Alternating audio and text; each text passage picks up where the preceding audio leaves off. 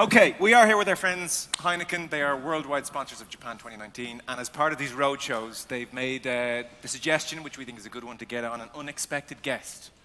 And our unexpected guest this evening, you have no idea who he is. But would you give him a warm welcome? I mean, he's had a phenomenal career. In so many ways, he's an uber-talented man. He's very happy. Tipperary have won the All-Ireland. Give him a warm welcome. Pat Shortt, everyone!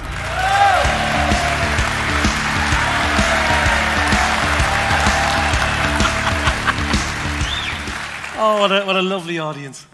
I know this is going out on radio. He looks a lot like John Kenny, doesn't he? The spit of him. The spit of him. Yeah. Pat, how are you doing? You're very well. Good, thank you, yeah. We were just chatting a few minutes earlier off air. Some people may have heard the conversation, some may not. So you were saying, I mean, Hurling, Tipperary man, very happy, but you come to love rugby the more you live in Limerick. Is that the general gist? Well, that's the gist of it, yeah. You can't avoid it. And it's great. I mean, it is everywhere. And it is, going into Thomond Park, I mean, I was lucky enough to go there back in the early days of it. Not as early as 70-something, whatever it is.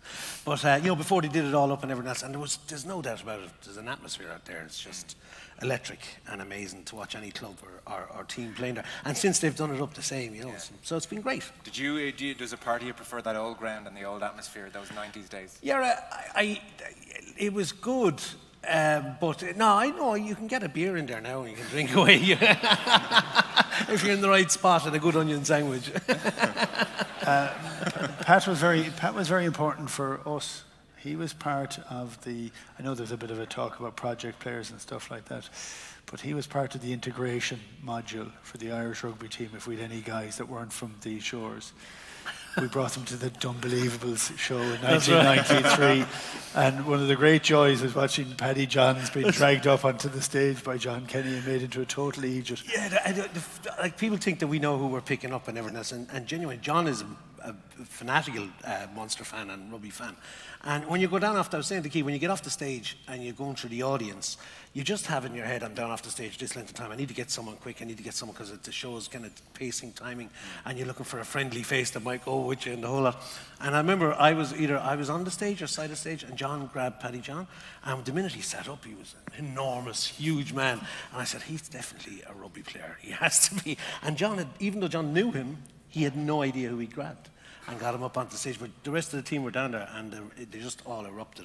Yeah, it was kind of part of it, and it became the video that they had. Was that 93, 94? Yeah, but it became the video to show the players, you know, some of the exiles. We had a New Zealand player. This is what it is to be Irish. These are the people that we were brought up on, which it was a good part of our rugby. And it worked both ways. I remember when we were doing Killing the Scully, we'd have a big crew from all over the country down, and one of the guys that played schools with Leinster, and he was mad for us to play rugby like after the shoot in the evening time, tag rugby or something.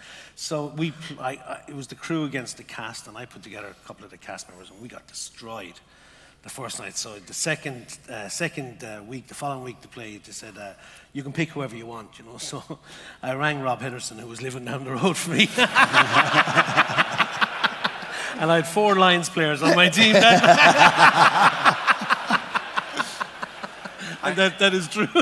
I have a video of you in action, by the way. Oh, no. Yeah. I think that's my fault. Rugby referee. This is a charity game. So they said, who will get to ref the game? And they went for you, which was a hell of a choice. We can roll it there. Colette. This is better than the sound. You haven't changed a bit. You can see I beefed up for that role there.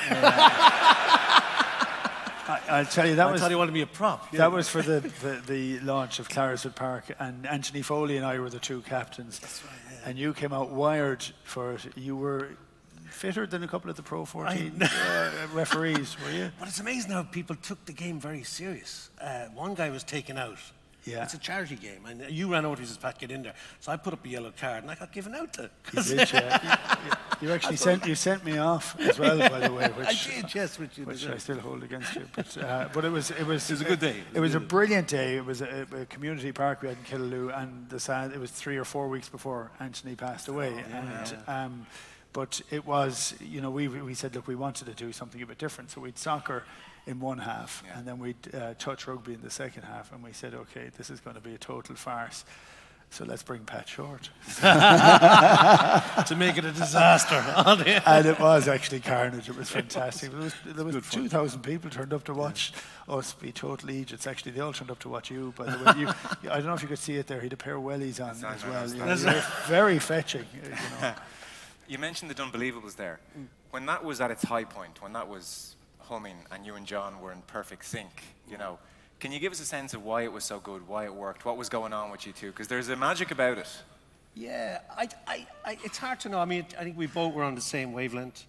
We were doing something that was, one critic, indigenously Irish is what he called us, you know what I mean? We were just, being both musicians, and we lived in each other's ear. We were, that's a large part of it. We were very good friends, still are, but we were very close at the time. We lived, toured, we slept in the back of the van, you know what I mean, when we were starting out. And I think that bond, it's hard to to try and make that up. That's something that's organic and grows in time. So we started the whole thing, I started working as a sound engineer with John for about 4 years, and then gradually started playing music and getting up on the stage with him and having the crack. And we just talked about our comedy was about very ordinary things that were happening in rural Ireland. There weren't, and there was that kind of thinking, a bit like, why is Coronation Street the biggest TV soap in the world? It's only about a small community in Manchester, So the small thing is global in lots of ways, and that's kind of how we approached it. We didn't try to write or create or go with any comic trends at the time. We just did what we did and hoped people liked it, and it did. It captured the imagination of everyone in Ireland at the time and abroad, And abroad, as well. Is there a high point, or is there a memory where you thought, oh my God, we have made the big time? We used to never think like that. We'd always try and get out the back door and get to the pub for the pint. We played the Barbican in London. We sold out there. We played in New York. We across the Midwest. We did mad TV shows and stuff. We played all over down in Zambia, Zimbabwe. And we kind of did mad gigs and in crazy places. But it's kind of hard to pinpoint one particular moment that was exceptional, there's loads of great moments, like playing great gigs and sell-out houses, but we were known for getting out backstage, getting out of costume as quick as possible and running across the road to the pub for a pint, And how would you find a character? Like we see it in Killing a Scully as well. Like how do you find one, or who's a favourite character that you can give us a blast of now, or how you find that character? God, I don't know. I think it's a mix of things. Any character you do is a mix of 5 different people maybe that have influenced you or something. It's never that one. I used to love the teacher character. How did that go? Okay. I hate you with a passion right now. Sorry. It's hard. You see, but they're visual. They build up. He was like, his thing was Darcy throwing a fella out. It was a mix of a whole load of different things. You know what I mean? We often, Steph and John used to say, if you read through our scripts, they're not the funniest thing at all. Is that right? It's how you perform them and play them out. Yeah. But I would have still felt that was kind of what it was like growing up in rural Ireland. We all knew the hurling coach. Yes. We all knew the teacher who would give you all that sort of gowling around, because you were messing in the back of it. And it was comfortable. Yeah. And ludicrously funny, because we were all 20 years older or 10 years older from it. It's kind of harkening back to early days. Yeah, and simple, even like That's Riot.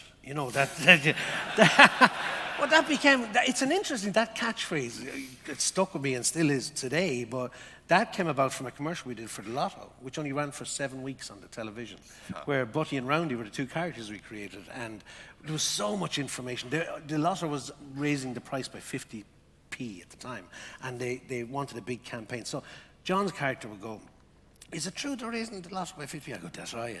And he go, and if you buy the ticket, can you get this? I said, that's right. Because we'd get so much information out. All I could say, that's right. He'd ask the questions, give the information. I go, that's right.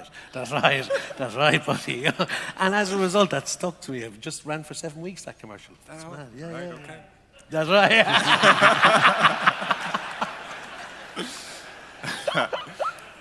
And And I guess that bond is there for life now with you two. Yeah, well, I don't see John that much now, and him, me as well, because he lives out the other side of the county. We tour different schedules and everything else, but we meet up occasionally, yeah. And remember the good times. Yeah. That's right. That's right. I mean, you've done so much. I recently watched Garage again, Lenny Abrams, and this incredibly deep, serious acting performance, which I'm sure you're very proud of, and rightly so. And anyone who hasn't seen it, they should check out that film. It's fantastic. Did you enjoy that? There's a serious actor in you there as well, very much so, and you're clearly observing things that aren't just funny, but have a depth and a resonance as well. Well, I always think any comic is an actor. You know what I mean? You'll find some of the best acting performances in movies and stuff. I have a film coming out in 2 weeks' time, and Tommy Tiernan is in it with me, and we're actually doing the Late in the next week or so. I think I probably shouldn't have said that. But like Tommy's another example of a great actor as a comic, and is a deep person. And very, very deep. And Dylan Moore, is, again, I just did a film with him 2 weeks ago in Belfast, and it's a funny thing about comics. You do get pigeonholed until you end up with. For me, doing Garage was a huge change. I ended up working with John Borman and some great directors and actors as a result of that. And were you nervous about doing Garage? Yeah, I was. As I said to Mark O'Halloran, who wrote it, I said, "There's no script there." It was, and I meant that in a funny kind of way. I remember in Cannes at a press conference saying that and getting but you see, there's a great script there, but for my character, there's a lot of non-dialogue. So which meant performance, and meant a very, very strong performance to get across that, And also the character was challenging, and the type of character he was. But it was amazingly written, and it's like they say the perfect storm. Lenny Abrams, an amazing director. Mark O'Halloran, amazing writer, and great camera department and sound, everything. You had the best in the business working on that. It worked out great. Because it's amazing to watch that and then watch you on Father Ted in a nice shot JR t-shirt. Yeah. With your arse out. Yeah, that was the first TV show I did. Is that right? Yeah. My dad watched that in Wales and he was mortified. I think when I dropped my pants, he says, would you leave me on, dog? That's me, fella. He wasn't happy with that at all. I think he was expecting the Shakespearean. Jeez, that's another piece of genius as well, that show. Oh, it was brilliant. It was great to work on that. And the funny thing about working on Father Ted, we shot that, the first series up in Donabate and around his, and then the second series moved down to the Hinch and down around Milltown Abbey and all around there. But the first series, it didn't get a huge reaction.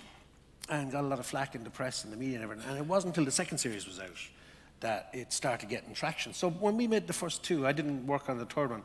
When we made the first two, there was no big buzz about it. I don't remember that, actually. Is that right? Yeah, no, really? there wasn't. I remember making the second series and being delighted it was commissioned, and thinking, this is great. But there wasn't that didn't happen until into the second one. Why was that, do you reckon? I don't know. I genuinely don't know. Sometimes TV shows like that need, and that was fairly off the wall and of its time, they need time for the people to get into the characters and to sit with it. And it was wacky writing. It's easy now to look at it and say it's very funny. Back then there was nothing like it. Yeah. And it was really kind of brilliant. It was genius, So I remember my brother was working in England as a teacher, and he rang me one day and said, "They've copped on to me." The students recognized me out of, him, and he was getting fat on me on dog, did that to me non-stop. And he said, "Pat, I think this is a huge hit." He said, "It's like when the kids in the playground are quoting it." Well, I was one of the kids in the playground. I was that age where, I didn't have Channel 4 back then. Yeah. And I remember hearing the buzz about it. And the first time I saw it, it was, whoa. Yeah. Did they show your arse? No. Right, okay. They show Ted looking at your arse. They couldn't afford that shot.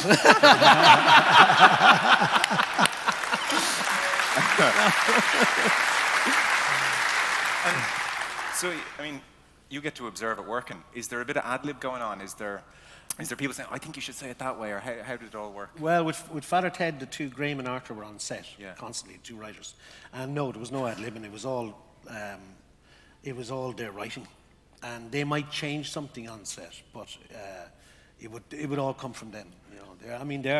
Both of them are geniuses. Yeah. So you're on tour again. Yeah. What's the plan now? It's try and get to everywhere and finish in Kilkenny. on a high. You know, I'm starting a big tour. We're starting all over. It's going to be all over. Like it's the Olympia in Dublin in January, and we're back here in Limerick, and we're going to be all over the place. So it's And when you say we, me and the crew and the crew, guys. yeah. Me And me. is that fun? Is that still something you really enjoy doing, or? Yeah. I mean, I've a lot of film projects next year, a lot more than I've ever had any time lining up, and some really good work. A TV project working on next year as well. But the touring is always, it's the fun. Like you get down in front of a live audience having the crack. It's hard to beat it. And where do you test out the material? Gosh, I tend to take a small theatre when I'm putting a show together. About this size, maybe? No, no, up the country, and I go there for a week with a crew of guys, and we write and we work at it, and then we go to the pub and we work at it again, and see if it's any way funny and go back. And it's you put the stagecraft into it and everything else and work it out. So that's kind of how we do it. Once we get it up and running, then it just builds and builds and builds. Great. Well, listen, the very best of luck with it. Patshortt.com, I've been told, is where people can get tickets and come along and see it. Yeah. Well, listen, thank you for being a fantastic, unexpected you. guest this evening. I'm sure everyone's very happy to see you. Thank Pat you Shortt, very much. everyone. Thank you. Keith, thanks for doing it. Thank you very much. Oh, thank you, Pat. Thanks, Pat. We're all off. Hiya!